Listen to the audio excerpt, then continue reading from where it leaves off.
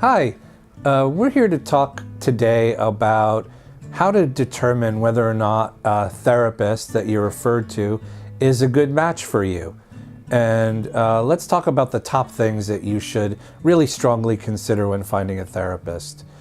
Those things would be location, fee, area of expertise, demographics, and feel in the room or over the phone.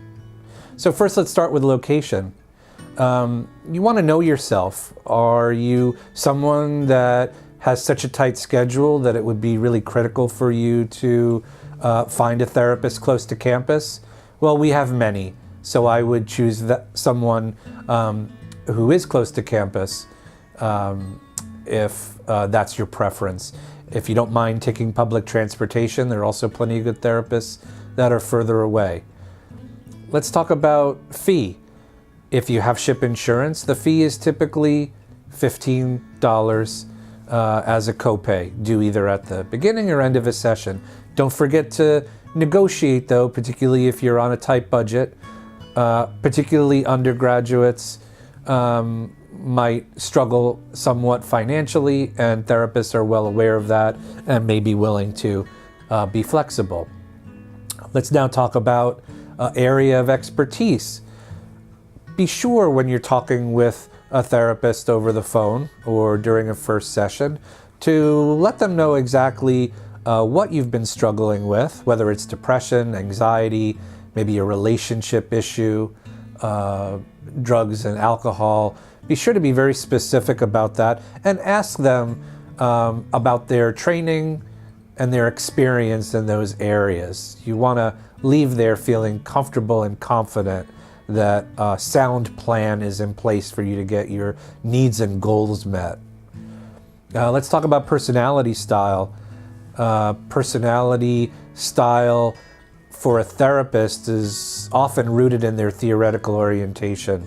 And so if someone is more psychodynamic or psychoanalytic, they're likely to take a more passive role in the therapy and let you do most of the talking, particularly in the first few sessions.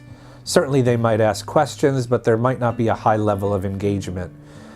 If you work with a cognitive behavioral therapist or another type of therapist, there is likely to be more engagement, some homework to do in terms of keeping track of things like harmful thoughts or negative thoughts.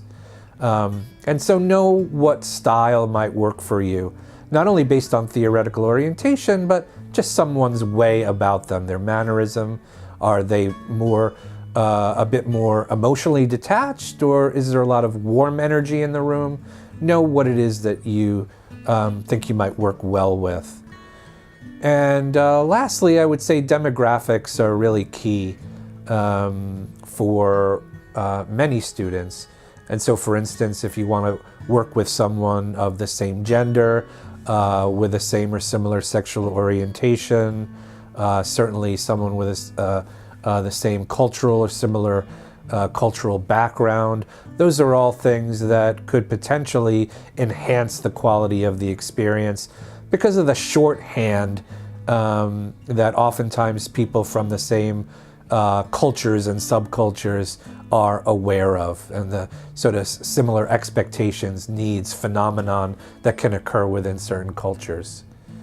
So hopefully you found that helpful, and I wish you best of luck on your referral journey. Please, if you struggle at all with finding a good match for yourself, don't hesitate to contact the counselor who referred you to a community therapist, and they can help lead the way to securing a therapist that's right for you.